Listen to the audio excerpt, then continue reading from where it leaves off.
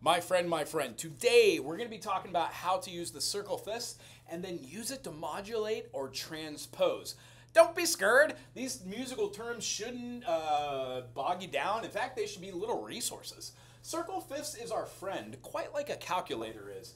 I don't consider myself to be a smart person. I consider myself to be extremely average. I have no clue what 122 times 84 is. Not a clue. I could write it out. It'll take me a little minute doing the math I was taught when I was younger. However, I know that I could go get a calculator. That's what the circle fifths is. I use it as a visual representation, and the reason why we write it in the beginning is when you write repetition, do something over and over and over again, it gets ingrained into your memory banks. At least for the majority of people, we are visual learners, which means when you write something like a circle and you go C to G, you can actually tab that out and say C, D, E, F, G, 5 notes away. G, A, B, C, D, D, E, F sharp, G, A. Why did I say F sharp? The reason being is when I'm writing these notes out, 5 notes away for each one of these is going to be our next key. C has no sharps. G has 1. That sharp is F sharp. When we keep going, we add sharps. F sharp, and now this has C sharp. A has F sharp, C sharp, and then G sharp. See where I'm going with this? What's the next key? A, B, C, D, E. You betcha. So if we continue to doing this, the reason why I want to put the accidentals in, E, F sharp, G sharp, A, B. It allows me to go around the circle and see what all these movements are with the 7 diatonic chords. Meaning if I go from B, what's my next one? If I said B, C, D, E, F, I would find myself having the same key as F major. That's not good. What I want to do is make sure I include my flats and my sharps on my sharp side, on my flat side, so I can have B, C sharp, D sharp, E, F sharp. Boom! There's my 6th key. And then my 7th key is a C sharp. When we go this way, this is considered the circle of fifths. We are augmenting and we go sharply. When we're doing this side, we call it the circle of fourths. We diminish and we fall flatly, meaning we add flats on this side, sharps on this side. How do we transpose and modulate from these notes? Well, when we go 4 notes away, we find ourselves at B flat.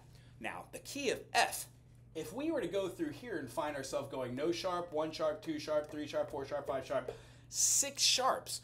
The 6 sharps that are in the key of F sharp are F sharp, C sharp, G sharp, D sharp, A sharp, E sharp. 1, 2, 3, 4, 5, 6. So when we write F sharp, I can write F, G, A, B, C, D, E, F. If I add the appropriate sharps, the F that is in the key of G, 1, 2, 3, 4, 5, the C sharp that's in the key of D, 1, 2, 3, 4, 5, the G sharp that's in the key of A, 1, 2, 3, 4, 5, the D sharp that's in the key of E, 1, 2, 3, 4, 5, and then lastly we add in our A. Oh, I missed the A. That was in the key B, my bad. So the only note that's in here that was not in the other ones is this B. I usually say to my students, oh, it must be awfully lonely to be in the key of F sharp. Here's a little caveat. I hope that you've watched the other series and you know this one already, but how many notes are there in a scale? Do, re, mi, fa, sol, la, ti, do, in a diatonic scale. If we have 7 notes here and I take away the sharps in the key of F sharp, I take away 6 notes. How many flats are there in the key of F? Just the 1. And guess what? It's the 1 note that we didn't have as sharp, because when these go down, the sharps become natural notes. And there's no reason to write the natural notes because they're assumed. So the key we're going to work with for the transposition is going to be the key of F major. Now, F major has 1 flat. We've established that that's going to be the B flat. When we go to the next key, it is 4 notes away, going this way. So the note that we derive ourselves at or land on is the E. After that, we have an A. Now count them out with me. A, B, A flat, B flat, C, D flat. The next one, D flat. Well, D flat is enharmonically the same thing as C sharp. So we're seeing where the circle of fifths is going to be meeting itself. If we go to the piano and we play that chord, what am I doing here? What are we doing there? If we play this D and we go flat, it makes a D flat. Well, our C, going augmenting it, makes a C sharp. Therefore, even though the tone has two names, like a first name and a last name, it quite literally has the same feeling, and the spelling just changes a little bit, just not a whole lot, right? All right, so here we go. F sharp is a G flat, B is a C flat. These all make sense. One of the other things I always show is 4 notes away on the circle is the relative minor. So C, D, C, G, D, A minor, relative minor, E minor, relative minor. When we go here, B minor is the relative minor of D. This works well with our treble clef and our bass clef, because if you look at your clef system, it's having 5 lines up top and 5 lines below. The D on the bass clef is the B on the treble clef. The G on the bass clef is the E. So I think of this as having my root and then my relative minor. That's how I view it. When you get up to stuff like here, if you're using this system, when you go to G to A, it would make sense when you go E, F, that you're thinking F sharp, because we know that F sharp is the relative minor because we used our circle fifths. It's another great way to have a landmark series that's just something a little bit different. So I'm going to go over to the piano. I'm going to play a little something in the key of F, and I want to show you how to modulate. When we do the modulations, there are many different ways to do modulations. One of my favorite is to use something called a secondary dominant. What does that mean? In the key of F major, with a G minor, an A minor, a B flat major, C major, D minor, and then we have our E diminished. We would then go back to our F. Well, the 5 chord in every single key is the dominant. We land on C major. So if we play C major as a 7th chord, we are quite literally layering a C, E, G, and then an E, G, and a B flat, making 2 of the notes the same and adding that 1 extra note. Well, that feels like a C7, you know what I mean? It has a very bluesy, kind of Mixolydian feel if you know your modes. So one of the things is, if we were singing and being like, let's say we're doing like a 1 chord to a 5 chord to a 2 chord, 2 sus, or a 9 chord, back to the 1. By the way, you don't call majors sus chords, you call them 9s. If we were to do an F major to a C major, to a G minor, to an F, we would be doing a progression of a 1, 5, and then 2. Let's say that I was singing in this, and let me pick a high register because I can't sing the high register today.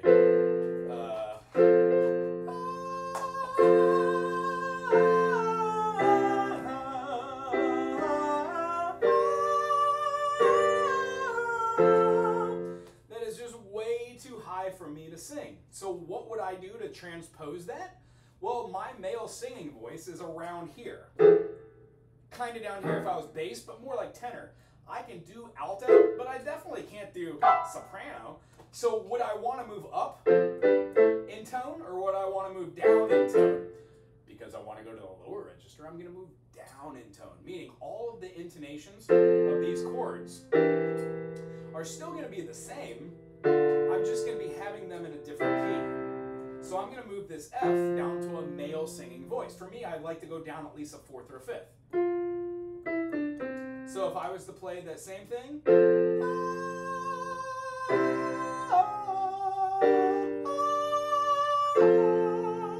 but do it in the key of C, we would be going from here to our 5 chord, so C to G.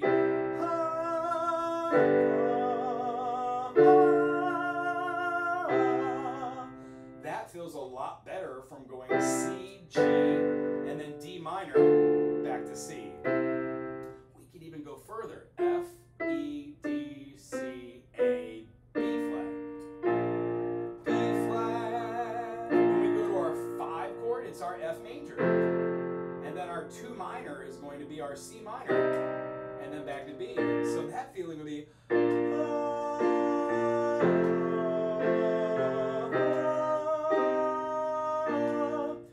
that feels great for my personal voice, being a baritone tenor. So That's how I transpose. If the entire piece is something like, you know, a little bit weirder, how about like a little Frankenstein, Edgar Winter Group.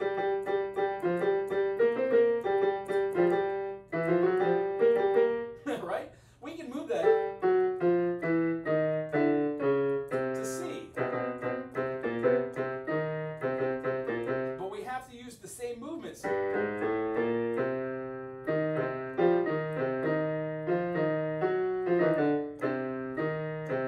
Right? So what was a G minor, and then a B flat major, and then a C minor to a D? Remember, it has that.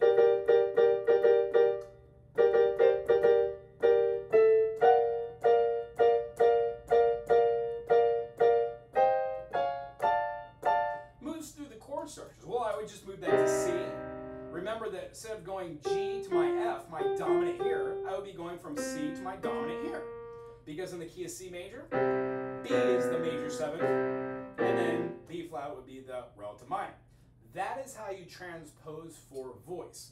That's when you take an entire piece and you change the key for a specific voice or a specific instrument. Like the harp is generally played in the key of C sharp. The French horn is generally played in the key of F. When we play concert pitch, we're talking about what a piano is in. Just standard C. Most instruments are in concert pitch. There are only a few that go outside. So if you are a woodwind player, especially like an alto or a tenor saxophone, one's in the key of B flat. One is in the key of E flat, which means that's some quick thinking. That's what the circle of fifth does for me. So the next thing we want to do besides just transposing for a voice is how do you use like that chord progression that we were just doing, which would have been written somewhat charismatically like a 1 chord. 1, 2, 3, 4. And then we went to our 5 chord. 1, 2, 3, 4, 1, 2. And we had our minor 2. 1, 2, 3, 4, 2, 2, 3, 4. And then that whole thing kind of repeated. So just going to draw it in here as our repeat, dot, dot, dot, dot, double bar to show that what we're doing. And what I want to do is show you what a secondary dominant is. So we're going to play in the key of F right now. What I want to do is talk about that 5 chord, the C. When we played it as a C major with an E diminished and put them over, it feels as if that chord absolutely wants to go back to the F because the E diminished is our Tito, our lending tone. It feels like it's just going to jump right off to the next one. So what I want to do is I don't want to go too far away from my family chords.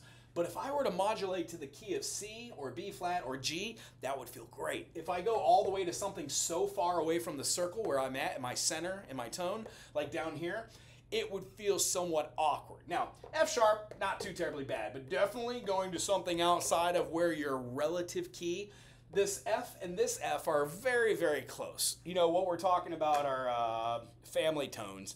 So I'm going to show you what this looks like, and the key that I'd like to go to is going to be the G. Okay, so watch this. We're going to go over to the piano. We're going to be playing here for that same progression. F, that's a little loud. To C, G minor, to F major, G minor. So this last chord, right before I go back to the F, I'm going to throw the C again, but I'm going to put it as a diminish. So it's going to feel like this.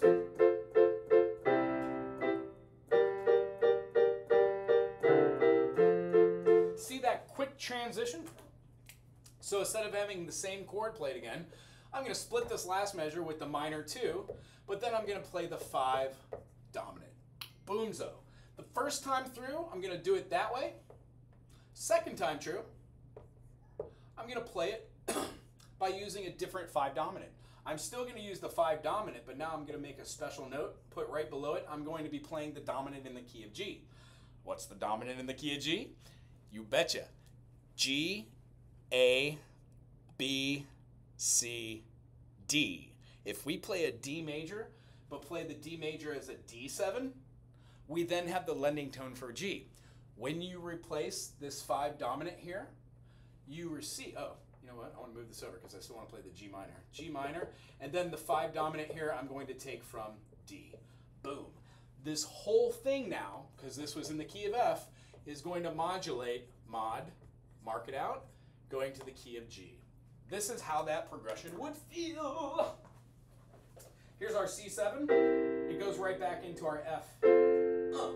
If we play G, play the D major, we know that D has D, E, F sharp, G, A, B, C sharp, D. So if we take the C sharp, our lending tone, and then we move it down to make this D7, the D7 incorporates D, F sharp, A, and then the other chord has F sharp, A, and then it adds the C.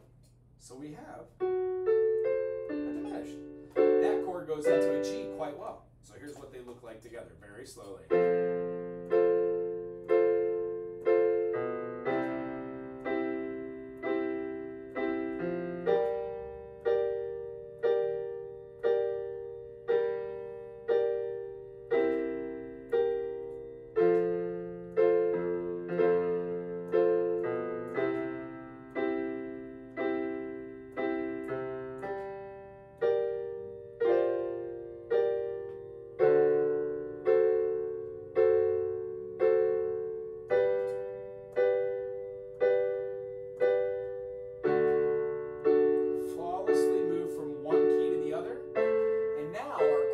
Consists of a G major, A minor to a D7, back to G. So our one chord is now a G, our 5 chords a D, our 2 chords an A minor, and you can continue this all day long. If you wanted to go to the key of A major after that, you would use the relative minor or the 5 dominant of that key. It's called a secondary dominant. So A, B, C sharp, D, E. Excellent. If we play an E major and add the 7th tone, the D, that goes into A. And then we'd have A major. A major's 5th, E. The secondary is our B minor. We do the B minor again. The B minor goes to the E7 and then back into the A. That is a great way to take a song you're working on and do a little pizzazz. So if you're writing a song that's, what did we modulate to earlier? We had in the key of B flat, was pretty cool.